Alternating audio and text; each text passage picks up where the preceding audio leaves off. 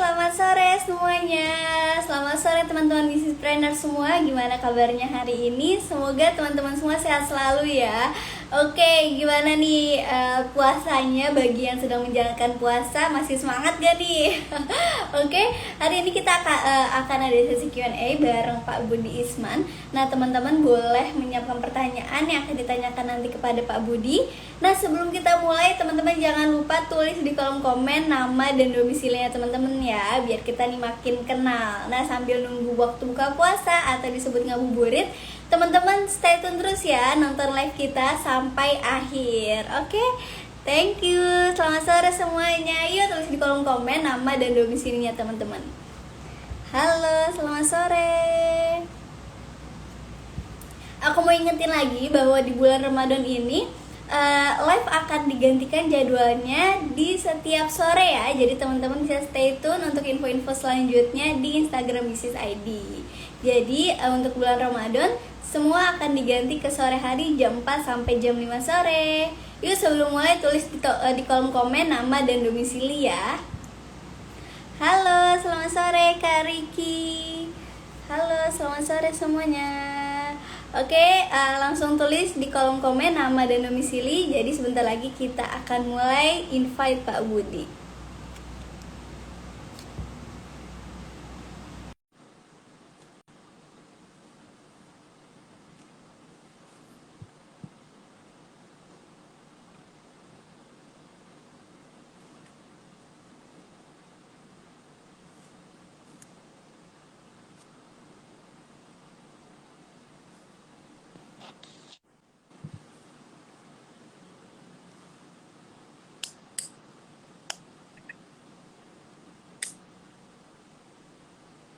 Sore Pak Budi.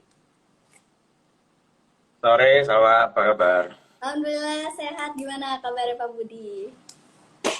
Alhamdulillah, sehat. Bisa dengar suara saya? Kedengeran Pak, kedengeran. Suara saya gimana nih Pak? Kedengeran nggak? Oke, bagus ya. Mudah-mudahan teman-teman juga bisa ya dengar suara saya. Kalau enggak, kasih tahu ya. Oke, halo selamat sore yang baru join. Oke Pak Budi, sambil ngabuburit kita langsung ngobrol ya Pak Budi ya, untuk mengisi ngabuburit sebelum buka puasa. Jadi teman-teman bisa banget menyiapkan pertanyaan nanti sampai di akhir sesi. Juga jangan lupa stay tune sampai akhir live kita ya, biar nggak kerasa nih tahu-tahu udah mau maghrib aja. Oke, hari ini Pak Budi tadi kita sempat ngobrol akan membuka topik dengan perencanaan dan koordinasi ya Pak. Ya, Oke, mungkin boleh nih Pak langsung dimulai sharingnya dulu. Oke, waktu dan tempat kami persilakan Pak Budi. oke. Selamat sore ya teman-teman semuanya. Selamat ya, bergabung ya. Ini yang pertama kali juga saya live ya sejak bulan puasa ini. Dan mudah-mudahan teman-teman yang berpuasa tentunya masih sehat ya sampai sekarang. Nggak lama lagi kok, udah buka bentar lagi. Jadi mudah-mudahan sehat selalu dan juga tentunya bisa ya menyelesaikan puasanya 30 hari, 29 atau 30 hari ya bulan ini. Bagi teman-teman yang tentunya pengen pulang mudik nantinya ya tentunya coba aja perhatikan dulu ya protokol dan juga untuk teman-teman yang mungkin mau bergabung dengan keluarganya. Nah, coba perhatikan juga apa anjuran-anjuran pemerintah nantinya ya untuk semuanya supaya aman pulang pergi nantinya. Oke, so ini yang pertama ya, saya akan live di bulan puasa ini. Kita rubah jadwalnya dari jam 4 sampai jam 5 ya. Bisa ya. Ya betul. Oke, kan biasanya kita jam 7.45 malam ya. Sampai jam sejam ya gitu. Tapi ya mudah-mudahan teman-teman yang berpuasa tentunya kalau malam hari ya sekarang ini mungkin banyak yang kita fokus ya untuk beribadah lebih banyak gitu ya. Nah, makanya kita geser waktunya ke jam 4 ya sampai jam 5. Oke, jadi topik yang pembuka saya untuk memancing mungkin ya pertanyaan teman-teman. Jadi ini kan tetap bisnis Q&A biasa ya, question and answer. Jadi tanya jawab, boleh tanya apa saja. Tapi untuk sebagai pembukanya, topik yang kita berikan hari ini itu adalah soal perencanaan dan koordinasi ya. Nah, mungkin perencanaan koordinasi ini mungkin lebih sharing saya mungkin beberapa tahun ini misalnya sering sekali saya melihat soal perencanaan dan koordinasi ini yang bisa mengakibatkan sebetulnya eh, usaha kita itu atau bisnis kita itu tidak mencapai apa yang sebetulnya bisa dicapai gitu ya.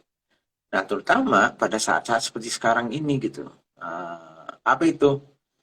Pada saat puasa dan Lebaran. Ya. Jadi banyak sekali sebetulnya bisnis-bisnis yang mungkin pada hari bulan-bulan biasa itu bisnisnya normal, tetapi kemudian pada saat masuknya bulan puasa, mau Lebaran ya, atau istilahnya itu festive season ya, masa-masa festival istilahnya. Festival itu artinya mungkin perayaan ya, apakah itu terutama tentunya di Indonesia sebagai negara yang penduduk muslim terbesar ya di dunia, maka puasa ini bulan puasa dan Lebaran itu menjadi sebuah festival yang besar sebetulnya.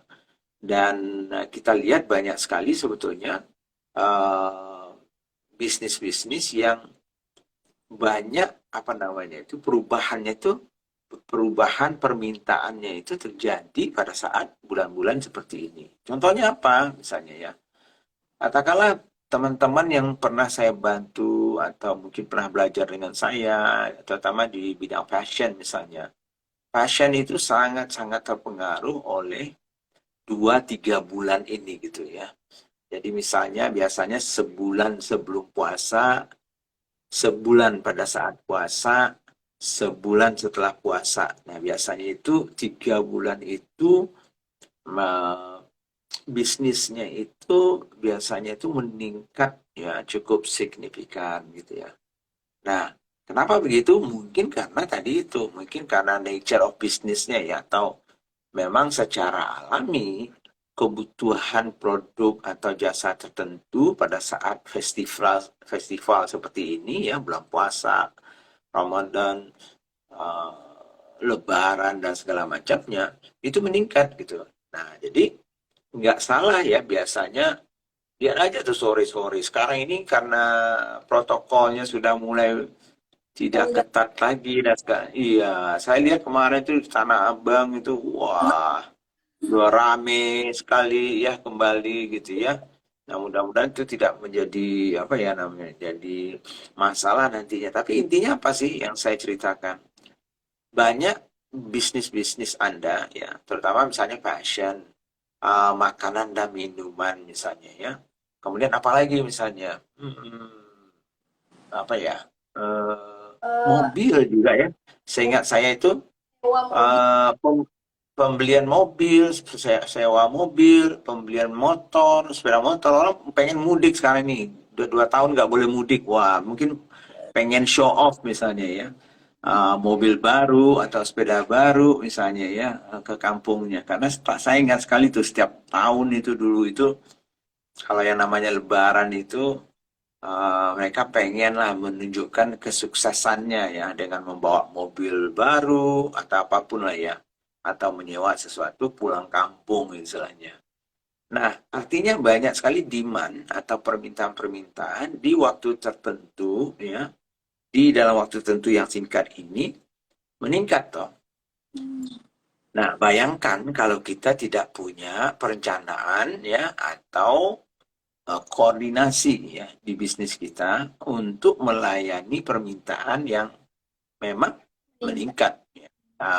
Dan ini meningkatnya tidak mendadak karena setiap tahun ada bulan puasa, ada Lebaran, setiap tahun itu. Jadi bukannya sesuatu yang mendadak gitu ya. Nah, tapi pengalaman saya selama ini banyak sekali teman-teman itu yang tetap aja nggak siap-siap gitu. Ada aja yang meleset gitu ya. peluang yang diambil ya, entah itu tadinya eh, karena kesalahan forecasting, mungkin kesalahan koordinasi, mungkin juga kesalahan cara berpikirnya, entah apapun itu, banyak sekali yang tetap aja meleset. Kan sayangnya. Padahal misalnya untuk bisnis tertentu malahan 3 bulan puasa ini sebelum puasa, dalam puasa, sesudah puasa itu malahan menjadi hampir 80% kadang-kadang sirup lah contohnya ya. Ah, bisnis sirup sawah itu hidupnya cuma 3 bulan dalam setahun ya. Bulan-bulan sekarang inilah hidupnya gitu. Sisanya itu ya kalaupun dibeli orang nggak terlalu banyak misalnya ya. Iya, iya. Sarung misalnya ya. Harum Sarung saya nggak tahu ya. Sarung itu ya mungkin 3 bulan ini yang paling banyak ya yang dilakukan. Jadi banyak sekali bisnis-bisnis yang tergantung ke 3 bulan seperti ini. Nah, topik kita apa? Perencanaan dan koordinasi. Jadi sebetulnya konteks yang ingin saya sampaikan di sini adalah teman-teman itu pertama di dalam setahun itu kalau kita sudah tahu nih setiap tahun ada kondisi seperti ini, alangkah baiknya tentunya Anda punya perencanaan ya minimal setahun gitu ya. Kalau Anda tidak mau membuat perencanaan strategik ya atau strategic plan yang 3-5 tahun ya, buatlah yang setahun. Nah, dalam setahun itu pun Anda bisa pecahkan ya perencanaan Anda itu setiap bulan. Sehingga Anda tahu bulan-bulan mana yang Anda harus mungkin tadi itu mempersiapkan sales dan produk yang lebih banyak, kapan mungkin salesnya akan turun ya. Karena banyak sekali pengalaman mungkin yang sudah Anda hadapi selama ini dan itu berulang-ulang gitu. Nah, setelah itu tentunya Anda ingin lebih baik lagi.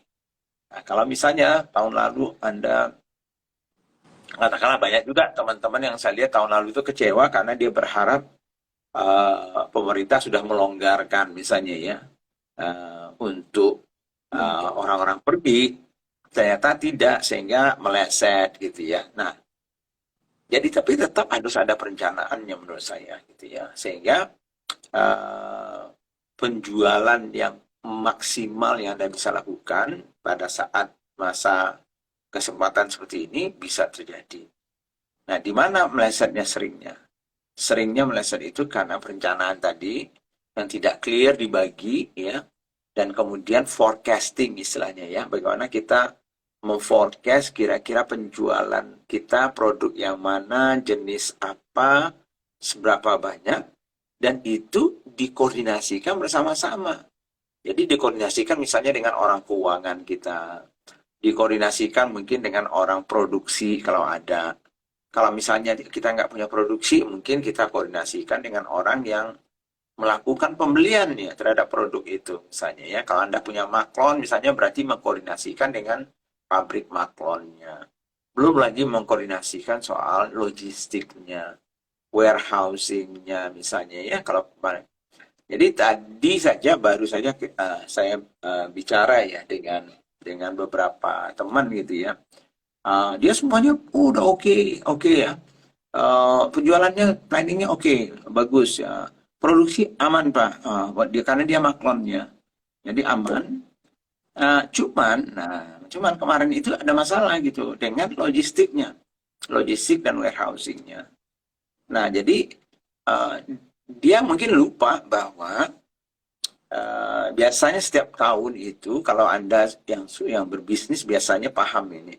Biasanya setiap tahun pada saat bulan puasa sebelum lebaran itu ada 10 hari waktu di mana pemerintah menstop truk-truk itu jalan gitu ya, kecuali truk yang membawa makanan bahan pokok.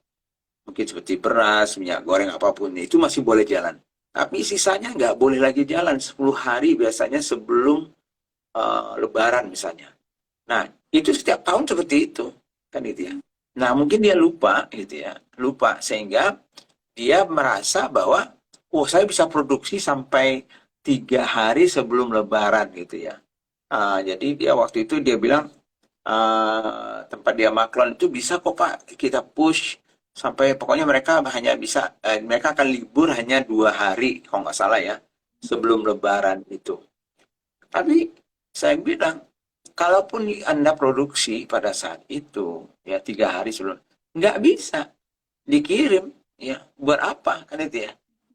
Karena tutup 10 hari sebelumnya, sebelum Lebaran, dan biasanya 10 hari sesudah Lebaran itu nggak bisa jalan tuh truk-truk yang tidak membawa makanan pokok ya atau makanan esensial gitu ya. 20 hari. Nah, iya, biasanya begitu. Ya, saya nggak tahu bisnis Anda itu termasuk nantinya bahan pokok atau tidak, tapi banyak sekali kejadian itu contohnya, ya. Apalagi kemarin itu kejadian karena tidak adanya perencanaan dan koordinasi yang baik. Jadi misalnya soal bahan baku, ya, kemarin itu juga kejadian juga. Ada salah satu teman juga sudah tahu ini ada perang Rusia dengan Ukraina, ya, yang membuat juga perencanaan terutama produk-produk yang ada impornya mungkin agak terganggu. Nah, sehingga dia kebetulan bahan bakunya ada yang impor ya. Nah, jadi tidak semuanya sih, tetapi ya suka nggak suka bahan bakunya ada yang impor sehingga ya dia harus melakukan. Nah, cuman tidak memperhitungkan ya semua aspeknya tadi itu mungkin dari awal. Nah, kemudian juga tidak melihat bahwa kebutuhan yang tahun ini, dia kan sudah tahu nih, dari pemerintah sudah mulai melonggarkan. Dari awal Januari itu pemerintah sudah mulai pengen melonggarkan. Anda sudah harusnya mengantisipasi ini. Nah, kemudian 3 bulan yang lalu juga sebetulnya sudah ada naga-naganya, misalnya perang Rusia, Ukraina itu akan mempengaruhi misalnya. Nah, kalau kita paham, makanya kita tidak bisa hanya menutup diri terhadap apa yang kita lakukan saja tanpa melihat bahwa ada banyak faktor lain di luar sana itu bisa mempengaruhi bisnis kita. Nah, sehingga meleset dia punya bahan bakunya. Nah, meleset bahan baku, nggak bisa produksi toh.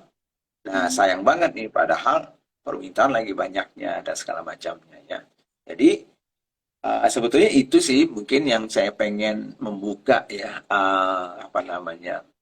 diskusi ya, tanya jawab sore ini untuk teman-teman, sehingga ya silahkan tanya gitu ya. Tapi intinya adalah ini adalah bulan-bulan yang banyak kesempatan untuk bisnis-bisnis tertentu, mungkin fashion, mungkin makanan, minuman dan segala macamnya. Tapi untuk memanfaatkan situasi ini berarti Anda harus punya perencanaan dan koordinasi dengan tim Anda. Jadi buatlah perencanaan dan koordinasi supaya bisa memaksimalkan tentunya bulan yang bagus ini untuk meningkatkan bisnis atau omset Anda. Gitu, Salwa.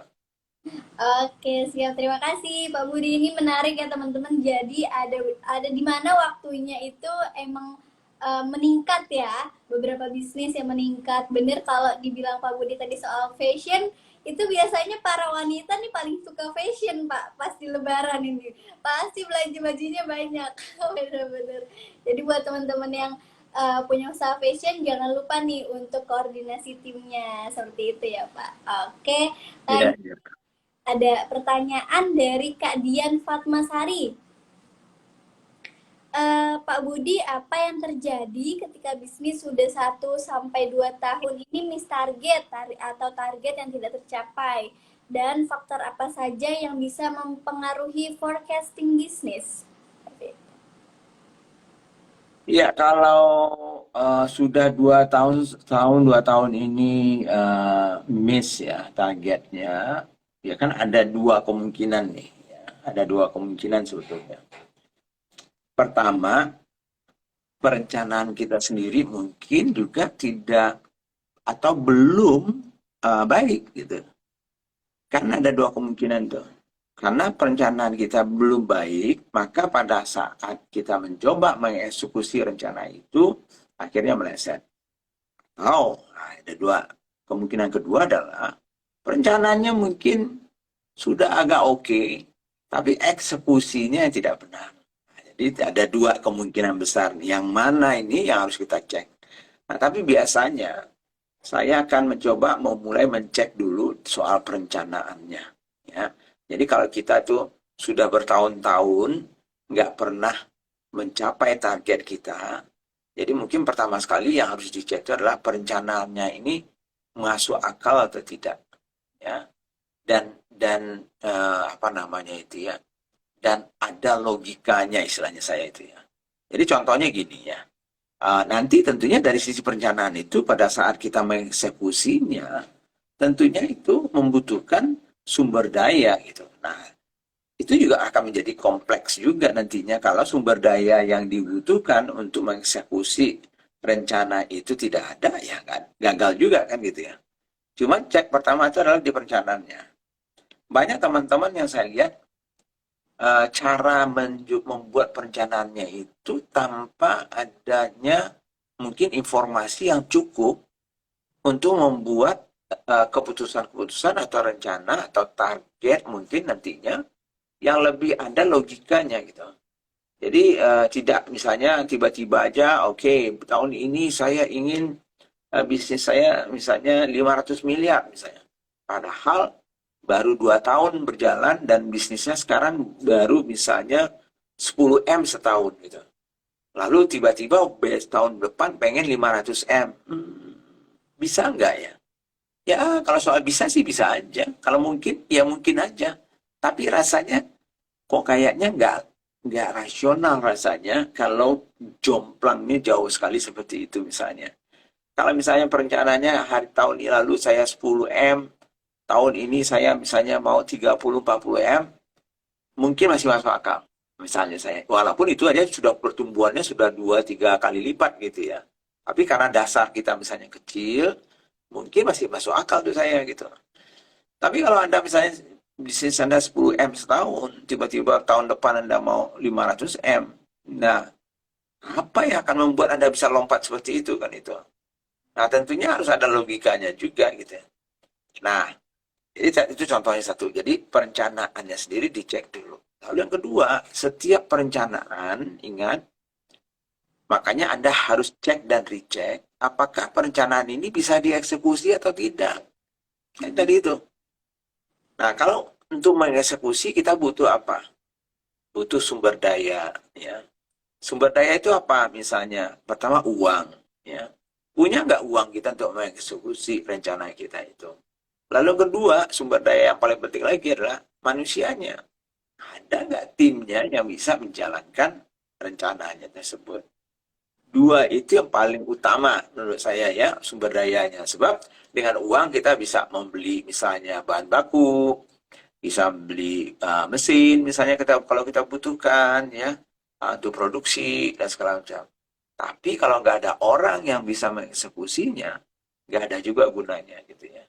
Nah, jadi cek dulu perencanaannya, logiknya sudah asumsi-asumsi dan logiknya oke atau tidak. Kemudian cek apakah Anda paham nggak bahwa untuk mengeksekusi rencana itu butuh sumber daya.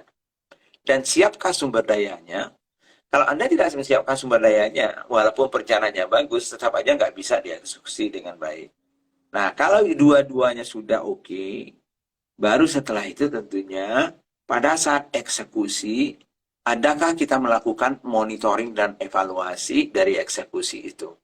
Kadang-kadang, bukan kadang-kadang ya, sepanjang hidup saya bekerja, membuat perencanaan, tidak ada satupun perencanaan itu yang bisa akurat 100%. Itu nggak ada sama sekali.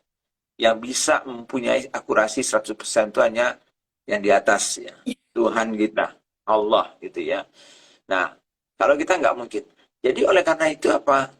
Karena itu kita juga memang kita harus siap juga bahwa tidak ada yang sesuai dengan rencananya. Bisa tidak sesuainya itu negatif, ya misalnya tidak sesuai karena tidak mencapai, bisa juga tidak sesuainya karena melebihi ekspektasinya kita. Jadi dua-duanya juga bisa. Itu Salwa. Oke, siap. Terima kasih Pak Budi dan pertanyaannya ya, Kak Dian. Lanjut nih dari Kak Giovanni. Assalamualaikum Pak Budi, mau tanya gimana cara kita tahu dan menilai bahwa keputusan atau langkah yang kita ambil dalam menjalankan bisnis itu sudah benar? Bagaimana kita tahu? Cara tahunya adalah melaksanakannya gitu. Iya. Jadi jalan satu-satunya cara kita tahu adalah dengan melakukannya, actionnya gitu ya. Jadi kalau kita misalnya tadi punya rencana, lalu kita, bagaimana kita tahu rencana kita berhasil? Ya, karena dilaksanakan. Kan itu ya. Kalau tidak pernah dilaksanakan rencana kita, ya nggak pernah kita tahu bahwa itu berhasil atau tidak. Jadi, keberhasilan dari sebuah rencana itu tentunya ada ukurannya. Ukurannya apa? Ukurannya pada saat dia dieksekusi, dijalankan. Ya. Dieksekusi, dijalankan, dicoba. Dari situlah kita tahu bahwa dia berhasil atau tidak. Nah, tinggal kita menetapkan ukuran keberhasilan kita itu seperti apa, kan gitu ya. Jadi misalnya kan gini, contohnya, katakanlah saya punya rencana nih jualan di bulan puasa ini 2 atau 3 kali lipat dibandingkan jualan bulan biasa misalnya. Ya, itu rencana saya. Saya katakan target saya 2 kali lipatnya. Gitu ya. Nah, dengan segala macam rencananya saya itu, lalu tentunya saya eksekusi toh. Saya jualan, saya eksekusi, saya menjalankan bisnisnya itu. Kemudian misalnya bulan depan, gitu ya. Setelah sebulan kita berjalan, kita lihat hasilnya. Ternyata hasilnya penjualan kita itu misalnya 3 kali lipat, bukan 2 kali lipat gitu. Oh, ternyata tidak sesuai dengan rencana. Tapi tidak sesuai dengan rencana itu yang bagusnya gitu. Tadinya rencana kita 2 kali lipat jualannya, sekarang ternyata bisa 3 kali lipat. Jadi yang itu tetap aja tidak sesuai rencana gitu. Ya. Nah, tetap saja itu harus dievaluasi. Tetap saja harus tahu kenapa gitu. Kok bisa ya?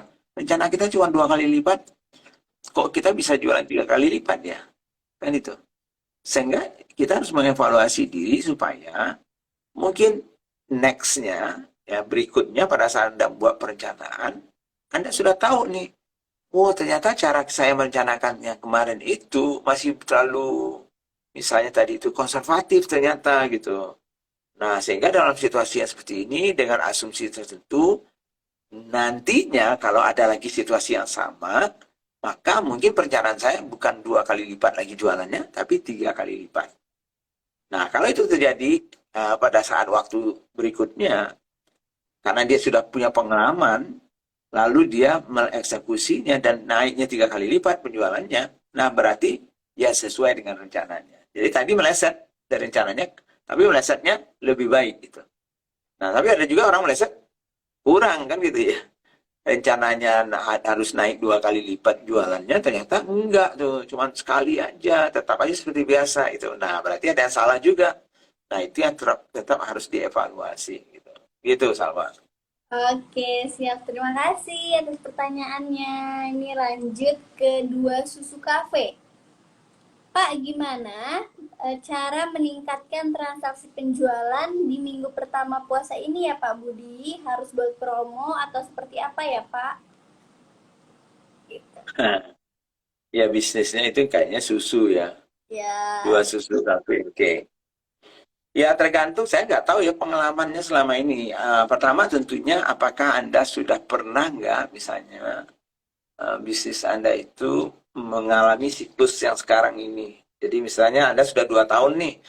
Tahun lalu saya sudah melewati juga puasanya. Artinya apa? Pengalaman puasa tahun lalu harusnya menjadi pelajaran Anda gitu. Apa yang bisa Anda lakukan di sekarang ini. Nah, yang kedua tentunya kita harus tahu kategori bisnis kita ini seperti apa di mata konsumennya ya. Sehingga baru dari situ kita juga bisa membuat program atau tadi itu ya, mungkin promo dan segala macamnya itu disesuaikan dengan kategori bisnis kita dan target marketnya kita itu. Nah, contohnya apa misalnya? Bulan puasa ini paling banyak sebetulnya promosi yang saya lihat ya. Oh, di brand-brand besar gitu ya. Banyak sekali untuk apa namanya, perusahaan-perusahaan itu menginginkan Anda ya sebagai konsumen itu membeli lebih banyak produk-produknya, terutama produk-produk yang bisa disimpan ya, supaya Tadi itu mereka tentunya berharap ya jualannya lebih banyak gitu ya. Anda juga men-stock up istilahnya produk-produknya mereka sesuai dengan kebutuhan Anda gitu ya. Nah, itu biasanya itu produk-produk yang seperti consumer goods itu ya. Entah itu misalnya seperti Blue Band, minyak goreng, atau apapun untuk membuat kue lah, untuk persiapan lebaran, minuman, soft drink. Kadang-kadang orang sudah mulai tuh numpuk-numpuk gitu. Saya ingat banget tuh waktu saya masih di Coca-Cola dulu itu. Biasa di awal-awal Ramadan ini sudah mulai orang tuh nyicil-nyicil itu. Untuk Saya numpuk nantinya. Gitu ya. Mungkin biasanya dia nggak pernah membeli banyak gitu minumannya. Nah sekarang numpuk supaya dia punya stok gitu. Nah, dia punya stok takutnya pertama habis, atau yang kedua, kalaupun nggak habis sulit mendapatkannya, atau yang ketiga, kalaupun nggak habis dan sulit mendapatkannya, harganya mahal gitu. ya Nah, jadi mumpung ada promosi, biasanya itu mereka akan mengambil itu. Nah, kalau bisnis ada itu minuman yang siap saji, seperti mungkin kafe ya. Nah, tentunya bulan puasa ya, mereka yang puasa tentunya nggak mungkin datang ke tempat Anda gitu ya. Kalaupun mau pun mungkin setelah berbuka atau pada saat berbuka puasa. Nah, kalau Anda punya penjualannya online misalnya ya, tentunya bisa saja Anda juga membuat promosi yang tepat untuk di situ. Jadi sebetulnya banyak sekali juga kafe dan restoran itu yang juga membuat promosi di awal-awal Ramadan itu gitu ya. Tapi ada juga teman saya juga kemarin itu malahan promosinya sebelum puasa ada, pas ada puasa nggak ada lagi promosinya.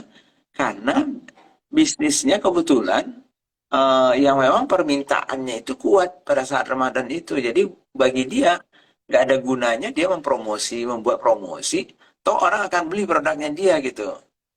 Nah, jadi dia mungkin menggunakan kesempatan pada saat sepi, nah itu dia menjadikan promosi supaya orang mau meningkatkan. Tapi sekarang tanpa promosi pun barang saya habis kok katanya. Jadi Iya. buat apa saya memberikan promosi kan gitu. Nah, jadi ini tergantung dua susu kafe juga situasinya bagaimana, itu yang saya nggak tahu gitu ya. Jadi banyak juga yang memang secara rata-rata banyak di minggu pertama itu ada orang membuat promosi misalnya ya. Nah, tapi ingat ya, biasanya ya, saya ingat saya nggak tahu umumnya ya, restoran-restorannya dan kafe itu malah bulan puasa ini itu panen gitu. Karena nggak tahu orang balas dendam atau apa ya, saya nggak lagi lah, nggak kayak dulu ya. Mungkin kalau dulu itu kita buka bersama di mana-mana, di restoran, di kafe, jadi fully book semuanya itu. Biasanya kan gitu ya. Nah, saya nggak tahu Sawak punya pengalaman itu atau tidak ya. Tapi ya ini biasanya kalau kafe pun ya pada saat buka puasa dan segala macam itu fully book gitu. Jadi saya nggak tahu saya apa yang harus dilakukan gitu ya. Tapi intinya adalah kalau memang Anda dibutuhkan, lebih bagus Anda membuat program yang bentuknya berbeda ya, bukan hanya sekedar promosi diskon dan segala macamnya ya. Karena toh orang biasanya di bulan-bulan puasa seperti ini malah peningkatan bisnisnya untuk makanan dan minuman itu luar biasa tingginya gitu sama. Oke, siap. Terima kasih Pak Budi dan terima kasih nih pertanyaannya ya di Usus Cafe. Ini tadi ada pertanyaan dari Kak Dian. Pak, faktor apa saja yang bisa mempengaruhi forecasting bisnis? Iya, apa saja yang mempengaruhi forecasting bisnis. Jadi kebetulan kemarin itu saya baru habis itu ya apa workshop 2 hari dengan 30 teman-teman di workshop Triple Value Your Business namanya ya. Nah, kebetulan bajunya saya pakai hari ini gitu. Ada triple value-nya di sini. Nah, di situ ya kita belajar sebetulnya membuat perencanaan ya, perencanaan jangka menengah dan jangka panjang yang namanya strategic plan gitu ya. Karena saya selalu merasa bahwa sebuah bisnis itu kalau hanya melihat jangka pendek setahun ke bawah gitu ya, maka jangkauan wawasannya owner, foundernya itu menjadi sempit. Sehingga lebih sulit dia sebetulnya membangun fondasi yang kuat.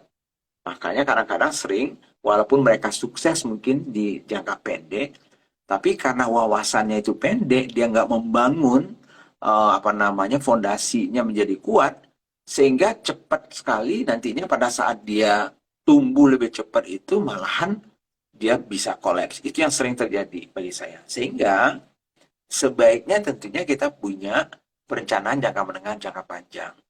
Nah, pada saat saya mengajarkan ke teman-teman untuk membuat perencanaan baik jangka pendek, jangka menengah maupun jangka panjang, maka di awal-awal perencanaan itu kita harus dulu memahami informasi, data tentang faktor-faktor yang mempengaruhi bisnis kita di luar sana. Ya, di luar sana itu. Contohnya apa? Misalnya ya. Contohnya ada 3 hal yang selalu saya minta teman-teman itu pantau. Ya. Pertama adalah faktor-faktor yang global yang bisa mempengaruhi bisnis kita. Contohnya apa? Sekarang ini kejadian, ya gitu ya. Misalnya COVID itu kan fenomena global, ya. Bukan masalah dari Indonesia itu kan gitu ya. Nah, tapi kalau kita nggak pantau itu dan kita tidak ambil itu sebagai bagian dari asumsi kita dalam membuat perencanaan, bisa-bisa perencanaan kita malahan bubar ya. Yang jelas sekali sekarang ini perang Rusia sekarang misalnya dengan Ukraina misalnya ya, itu membuat pusing kepala dunia, membuat harga minyak yang dulunya jarang sekali naik gitu ya menjadi tiba-tiba naik luar biasa ya. Padahal sebelum perang itu terjadi saja sudah banyak krisis energi terjadi di luar sana itu karena nggak siap ekonomi ini untuk mulai bangkit kembali gitu. Nah itu faktor-faktor yang bisa sebetulnya banyak sekali mempengaruhi bisnis kita kan. Nah itu di informasi itu harus punya dulu kita. Kemudian kira-kira dampaknya apa sih untuk kita. Nah itu yang harus dipertimbangkan. Jadi itu yang globalnya. Lalu yang regional dan nasionalnya. Data dan informasinya kita. Ya, misalnya Indonesia misalnya. Apa sih keputusan pemerintah misalnya soal COVID ini? Misalnya, rencananya ini mungkin mudah-mudahan dalam waktu dekat misalnya ini bisa menjadi endemi bukan lagi pandemi misalnya ya. Sehingga mungkin sudah mulai lebih bebas. Nah, akibatnya apa ke kita? Ya pasti kita lebih terbuka, orang lebih banyak berjalan, mungkin ekonomi kita sudah mulai lebih cepat lagi pulih. Itu akibatnya dari keputusan-keputusan itu. Tapi, walaupun ada positifnya, sekarang BBM naiknya luar biasa kan itu. Karena adanya perang tadi itu. Nah, berakibat apa? Mungkin berakibat barang-barang naik, bahan baku naik, ya. Sehingga kita harus menyesuaikan diri lagi nih. Waduh, kalau saya harus naikkan harga, jangan-jangan jualan saya malah turun misalnya.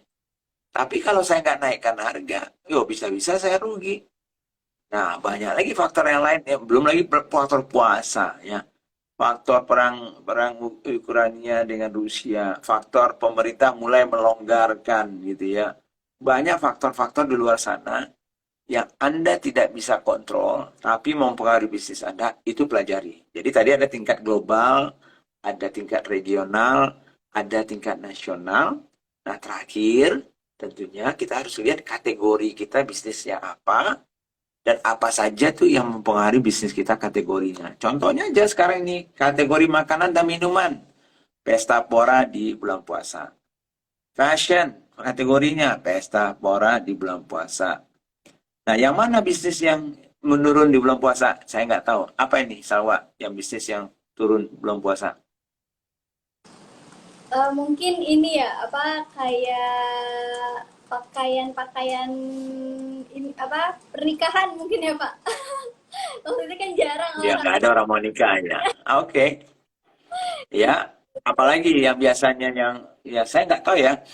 Makanan minuman tidak semuanya ya, makanan minuman tidak semuanya naik di bulan puasa dan lebaran. Fashion yang sudah pasti itu biasanya naik ya. Fashion itu macam-macam, bisa baju, bisa sarung naik. Tapi apa yang menurun ya? Coba lihat ya. Hmm. Travel, orang travel nggak jalan nggak belum puasa? Nggak jalan belum puasa tapi habis pengen lebaran pasti jalan sih Pak biasanya ya. Nah, mungkin iya sih ya. Artinya nanti pada saat mau dekat Lebaran sudah pasti ya orang pulang mudik ya. Tapi Ya. mungkin banyak orang sekarang mulai mengurangi misalnya perjalanan dinas misalnya ya. Oh ya Dian ya, oke alat-alat tulis misalnya perkawis sekolah misalnya ya. Mungkin turun. Jadi eh, banyak juga yang turun ya karena situasi, tapi banyak juga yang naik tentunya. Jadi kategori kita itu apa? Nah, kita harus memanfaatkan nih situasinya gitu ya. Jadi kalau ditanya apa saja yang faktor-faktor yang kita pertimbangkan, ya semuanya tadi itu. Nah, itu harus dijadikan dari bagian dari perencanaannya kita. Nah, kalau di dalam triple value itu kita namanya external analysis namanya ya. External environment analysis. Jadi analisa faktor-faktor ya, lingkungan di luar bisnis kita itu yang mempengaruhi bisnis kita. Nah, itu ada caranya kita melakukan analisanya. Nah, kemudian dari hasil analisa itulah kita mencoba membuat, memforecast, memperkirakan dampaknya ke bisnis kita dan kategorinya. Itu, Salwan. Oke, siap nih, menarik. Pak Budi, maaf, suara saya kedengeran kayak soalnya hujannya deras banget nih. Di mana hujan? Di Bekasi hujan deras banget, Pak. Oh, ya nggak apa-apa. Nggak kedengaran kok dari saya. Oke, oke. Aman, aman, aman, Pak. Terima kasih. Ini lanjut, mungkin pertanyaan dari saya nih Pak, terkait topik hari ini yang perencanaan dan koordinasi. Nah untuk koordinasi kan pasti kita ada namanya sangkut paut tim ya Pak. Hmm. Oh Pak benar. Ya nggak apa-apa. Nggak takut kan petir? Enggak, ini anak saya kaget. Ada anak saya lagi berdua Oke. di rumah. Jadi pertanyaannya apa? Pertanyaannya Salma. Jadi pertanyaannya dalam koordinasi tim kan tadi sempat disebutkan kalau ada produk-produk yang naik dan ada produk yang turun. Nah misalnya nih kayak sirup lah, misalnya saya pengusaha sirup, maaf ya Hmm. nggak ada yang jagain. Ya nggak apa-apa, nggak apa-apa, nggak apa-apa. Nah, Misalnya pengusaha sirup, nah pas sirup ini kan banyak peminatnya di saat mau lebaran ya misalnya. Nah akhirnya kita nih akhirnya membangun atau merekrut tim baru untuk ngebantuin kita nih karena peningkatan penjualan. Tapi setelah hmm. penjualan setelah menurun, apakah kita bisa pecat mereka lagi atau ada perjanjian tersendiri nih? Karena kan yang namanya kalau saat setelah lebaran kan udah menurun penjualannya. Nah, otomatis kita juga agak sulit untuk mengelola gaji karyawan seperti itu. Ya, ya, ya, paham sih saya maksudnya. Jadi artinya ada sebetulnya itu kan ada istilahnya itu masa-masa tertentu ya yang mungkin tidak jangka panjang tadi ya. Contohnya ya pada saat Lebaran atau puasa ini tidak jangka panjang di mana permintaan itu meningkat tinggi sehingga kita harus menyiapkan sumber dayanya kita, sumber daya uang, sumber daya manusia misalnya dan segala macam. Jadi biasanya mungkin untuk teman-teman yang lainnya gitu ya, apa ya namanya ya, eh, itulah perencanaan. Jadi ujung-ujungnya perencanaan dan koordinasi ya. Contohnya kan gini, katakanlah pada saat kita produksi ya. Ini saya ambil contoh. Sama dengan nanti saya jawab apa yang Salwa sampaikan tadi itu. Kalau kita misalnya punya kapasitas 1.000 ya untuk memproduksi itu. Jadi setiap hari kita bisa jualan produksi 1.000, 1.000, 1.000. Nah sekarang dengan bulan puasa dan lebaran dan segala macam ya kita butuh memproduksi misalnya 5.000 sehari. 5 kali lipatnya gitu. Padahal mesin kita mampunya cuma 1.000 kan gitu. Nah apa yang kita bisa lakukan? Kalau kita menambah nih mesin baru, 5 lagi mesin kita buat, ya. Tapi setelah kita beli mesin itu, nanti habis lebaran kita mesinnya cuma satu yang butuh gitu. Yang 4 lagi nggak perlu lagi gitu. Karena permintaannya cuma sekitar 2-3 bulan ini. Nah, disitulah perlunya perencanaan dan koordinasi yang matang. Contohnya apa? Kalau produk Anda adalah produk jasa, produk apakah itu makanan atau fashion atau apapun, yang intinya adalah yang bisa tahan lama, maka jauh-jauh hari kita sudah mulai memproduksi, istilahnya stock up. Kita menstok gitu ya, produk-produknya kita. Kalau kita punya produksi, kita produksi sendiri. Tapi kalau misalnya kita produksi di tempat orang lain, kita minta produksi orang lain itu lebih cepat gitu ya. Jadi kita membutuhkan apa untuk menstok up itu? Kita butuh logistik dan gudang misalnya. Nah, logistik dan gudang untuk menampung dulu ya stok dari inventory kita atau barang-barang kita itu yang kita butuhkan pada saat jualannya tinggi gitu. Nah, kan nggak butuh setahun gitu. Ya, jadi contohnya tadi itu. Jadi kalau saya sih biasanya sudah ada perencanaan, misalnya di 3 bulan di setiap mau dekat Lebaran itu kita sudah mencari warehouse yang bisa cuma 3-4 bulan misalnya. Kemudian misalnya kita mencari orang, nah tadi itu ya, kita cerita orang, mungkin tadi itu orang untuk lembur